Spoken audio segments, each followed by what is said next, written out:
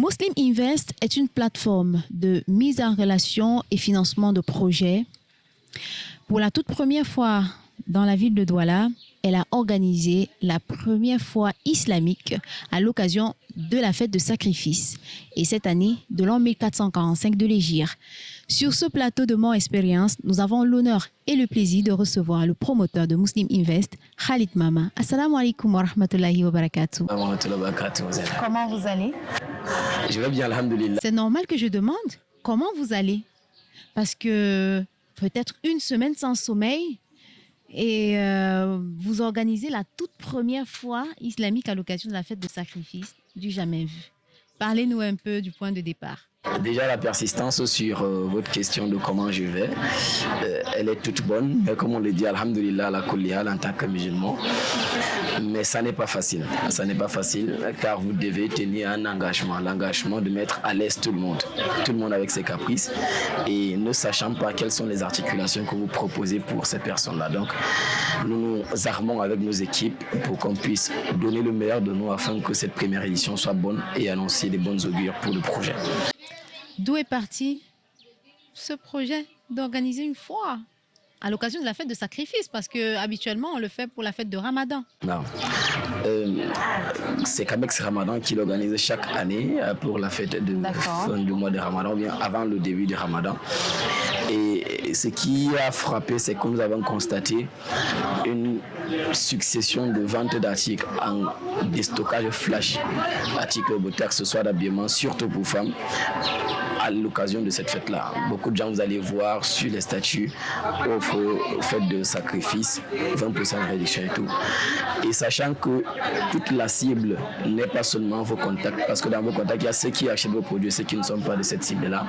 Nous avons dit pourquoi pas mettre sur une plateforme qui va donc donner non seulement de la visibilité à ceux-là qui sont beaucoup plus dans le digital, car beaucoup déjà de nos exposants sont ceux qui exercent dans le digital. Et pourquoi pas également donner la possibilité à ces personnes qui sont en quête de ces accessoires et ces produits en déstockage pour pouvoir acheter, mais aussi ceux qui sont en recherche de certains produits qui ne savent pas où ils peuvent trouver. Donc nous avons jugé utile de pouvoir organiser cette rencontre. Et alhamdoulilah, lors de la rencontre que nous avons organisée, le Iftar Collectif 2e édition, nous avons bénéficié de l'accompagnement de Cheikh Omar Hamza qui nous avait posé la question pourquoi on ne fait pas le Iftar collectif ici. Ah ouais. Et moi je n'avais jamais vu cet espace comme un espace exploitable parce que c'était jamais venu dans la tête, pourtant un bon espace. Je lui ai dit que c'est bien, mais nous avions déjà envoyé la demande auprès de la mairie pour le jardin public de Bonanjo. C'est donc là où on a eu rapidement l'idée que cet espace peut servir pour la foire, puisque au cœur de la ville, on peut dire comme ça. Et nous avons demandé son accompagnement. Il a accepté. On a travaillé avec le comité d'organisation pour mettre sur pied ce projet. Aujourd'hui, nous sommes au dernier jour de la foire qui justement s'est tenue du 8 au 9 juin 2024. Un bilan? Bilan positif, alhamdulillah, parce que la première chose qui m'a marqué, c'est la quantité de participation des exposantes et exposants. Nous avons eu au total 16 personnes qui exposent. Et dans ces 16 personnes, figurez-vous qu'il y a seulement 3 stands qui ont des hommes. Donc 13 stands, ce sont des femmes. Ça prouve qu'il y a cette gente féminine qui est investie pour pouvoir justement créer de la valeur. Parce qu'il faut préciser, loin des préjugés, la femme, elle est actrice de développement socio-économique. À côté des associations où elles sont beaucoup dynamiques, Khadija radiallahu anha, justement, était une entrepreneur. Donc ça prouve que nous comprenons, sauf qu'on doit respecter l'éthique de Muslim Invest. Le bilan également, il est positif parce que nous avons eu une grande mobilisation de certaines personnes, bien qu'un événement est survenu à la même période, mais alhamdoulilah, avec le comité d'organisation, on a pu gérer pour savoir comment les deux parties peuvent être bénéficiaires de leur événement. On a une forte mobilisation et Allah nous a gratifié également du soleil. On sait qu'il y a le retour des pluies à Douala, mais nous avons bénéficié du soleil. Maintenant, il y a des manquements. Toute œuvre n'étant pas parfaite, œuvre humaine, il y a des manquements qu'on recensera auprès des exposantes, des visiteurs et du comité d'organisation pour qu'on puisse améliorer l'avenir, Inch'Allah. Alors, la fête, c'est dans quelques jours. Et est-ce que Muslim Invest a prévu quelque chose puisque là, nous sommes à l'après-fête, donc avant la fête, est-ce qu'il y a quelque chose après? Nous lancerons dans la deuxième édition de notre événement. Nous avons constaté que généralement lors des grandes fêtes, la fête de sacrifice en l'occurrence, il y a beaucoup d'événements dans notre communauté. Mais ce sont des événements de concert, ce sont des événements qui ont une difficulté de sécurité parce que c'est généralement des événements qui se tiennent la nuit.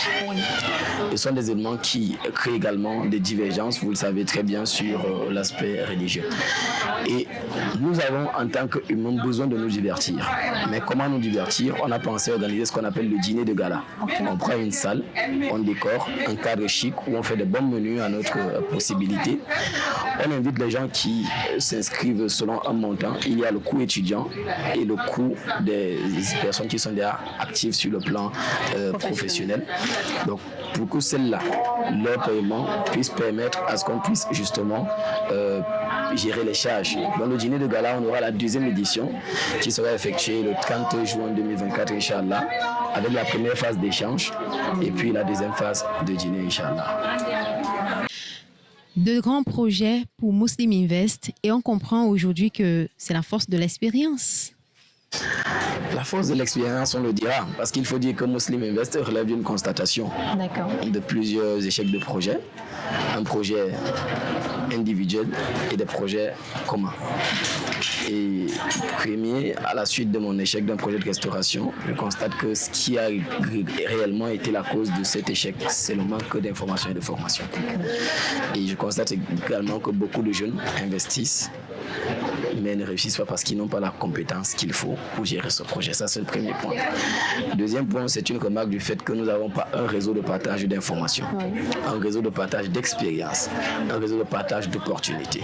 Et pourtant, nous sommes des jeunes aujourd'hui très actifs et engagés à impulser le système socio-économique de notre pays. Donc, Muslim Invest vient donc être cette plateforme qui, justement, procède non seulement à la formation à travers nos différents aînés qui ont des expériences, à la mise en relation entre un porteur de projet et un investisseur potentiel, entre un porteur de projet et un associé potentiel, mais également au financement des projets.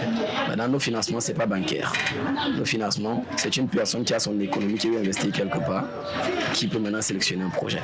Mais encore dans notre communauté, le financement, généralement, se passe entre les membres. Vous avez un projet, et puis dans votre projet, on essaie d'échanger. Si vous avez un associé, ces associés s'unissent et entre vous, vous devenez des investisseurs, vous créez votre coopérative ou votre établissement selon votre choix juridique et vous mettez le montant qu'il faut et les énergies qu'il faut, vous créez votre projet. Parce que nous sommes butés sur le souci financier parce qu'on pense qu'il n'y a qu'un seul moyen de financement des projets. Pourtant, il y en a plusieurs. Donc, c'est un peu cette panachée que Muslim Invest propose pour qu'on puisse justement sortir du joug du besoin et de la stabilité. Alors, il y a une question quand même qui me taraude l'esprit pendant que vous répondez.